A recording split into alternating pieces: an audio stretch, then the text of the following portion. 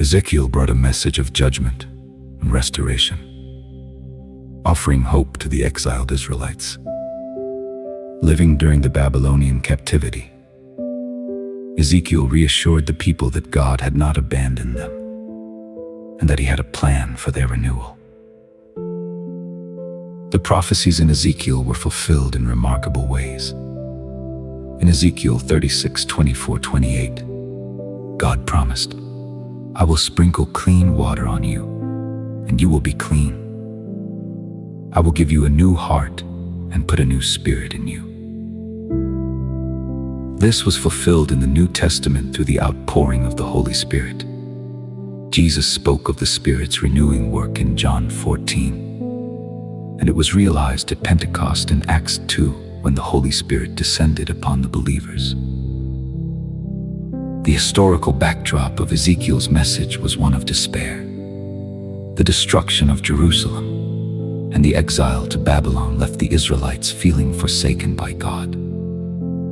They had lost the temple, the promised land, and their sense of identity as God's chosen people. Yet, Ezekiel's visions revealed that God's presence had not abandoned them. Instead, God promised to dwell among them again and restore their hearts. God's heart is evident throughout Ezekiel's prophecies. Even in judgment, he remains committed to his people. In Ezekiel 36, God declares his intention to cleanse them, give them new hearts, and fill them with his Spirit.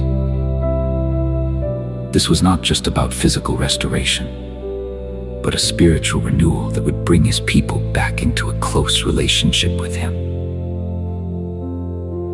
The Holy Spirit continues to speak through Ezekiel's message today. No matter how far we may stray or how broken we feel, God desires to renew us, removing hearts of stone and replacing them with hearts of flesh. His steadfast love and desire to dwell within us remain unchanged.